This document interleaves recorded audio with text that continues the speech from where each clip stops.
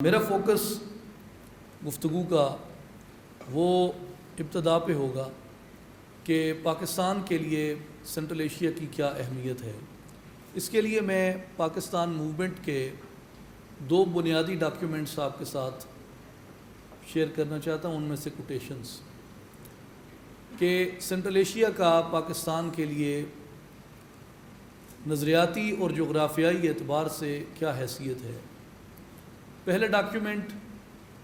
خطبہ الہ آباد ہے، جو حضرت علامہ اقبال جو spiritual father of the nation ہیں ان کا پریزیڈنشل ایڈریس ہے۔ اس میں علامہ اقبال نے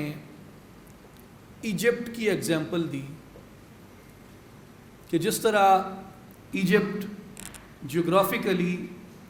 افریقہ میں لوکیٹڈ ہے، لیکن ایجپٹ کی پشت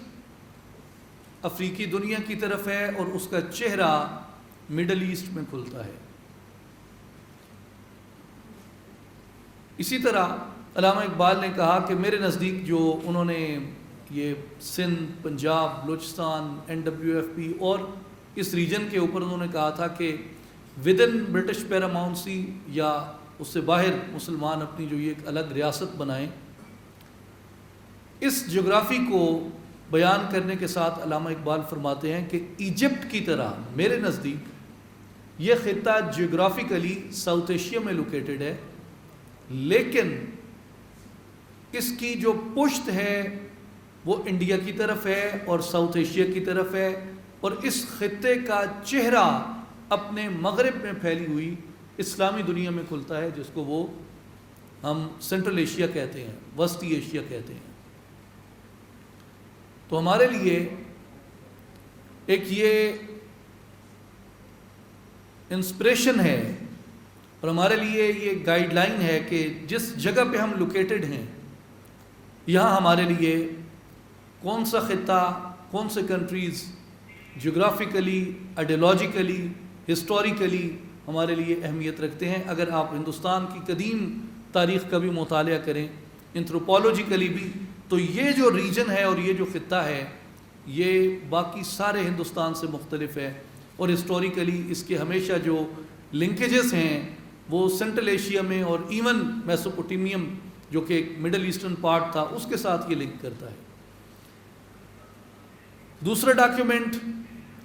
قائد اعظم محمد علی جناح کی وہ سپیچ ہے جس دن پاکستان ریزولوشن پاس ہوئی 23 مارچ 1940 کو۔ تو اس میں قائد اعظم محمد علی جناح نے اپنی طرف سے سٹیٹمنٹ نہیں دیا یہ، اور وہ بڑے زیرک سیاستدان تھے۔ ان کی سٹیٹمنٹ کو میں جب بھی پڑھتا ہوں تو مجھے ان کے ویژن کو، ان کی بصیرت کو اور سیاست کے اوپر ان کے تدبر کو داد دینے کو جی چاہتا ہے کہ جس طریقے سے انہوں نے اپنی آئندہ اس ریاست کے بارے میں اپنے خیالات کا اظہار کیا، اور اس میں قائد اعظم نے اپنی طرف سے سٹیٹمنٹ نہیں دی بلکہ لالا لاجپت رائے کے ایک لیٹر کو ریفر کیا،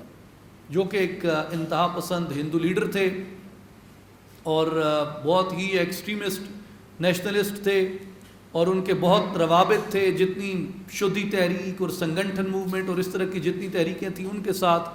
اور ان کے ایک لیڈر کو وہ خط لکھتے ہوئے یہ کہتے ہیں، اور قائد اعظم اس کو ریفر کرتے ہیں کہ یہ آج سے کئی ڈیکیڈز پہلے یہ خط لکھا گیا، جس کے اندر وہ یہ کہتے ہیں کہ اس قوم کو یعنی مسلمانوں کو اگر آپ نے کبھی بھی موقع دیا تو یہ اپنے مغرب میں پھیلے ہوئے افغانوں اور ترکوں کے ساتھ اپنے ان تاریخی تعلقات کو پھر بحال کریں گے جو ہسٹوریکلی 1000 سال تک ان کے تعلقات وہ رہے ہیں۔ اس میں قائد اعظم محمد علی جناح نے ایک ہندو انتہا پسند لیڈر کے خط کو ریفر کیا، اور اپنا اس پہ کوئی تبصرہ نہیں کیا اور نہ اس میں اپنی کوئی سٹیٹمنٹ دی، لیکن اس سے پڑھ کے، اس کو دیکھ کے جو مجھے احساس ہوا کہ ہسٹوریکلی جس وقت ہم یہاں پہ اپنا ملک حاصل کر لیں گے، ایک تاریخی حقیقت بن جائیں گے، تو ہمارے لیے سروائیو کرنے کے لیے کیا آپشنز کھلے ہیں، ہمارے لیے آگے بڑھنے کے لیے کون سے راستے کھلے ہیں۔ تو ان میں علامہ اقبال کے نزدیک بھی اور قائد اعظم محمد علی جناح کے نزدیک بھی جو ہمارے لیے ڈائریکشن ہے وہ سینٹرل ایشیا کی طرف ہے اور اپنے مغرب میں پھیلی ہوئی اس اسلامی دنیا کی طرف ہے.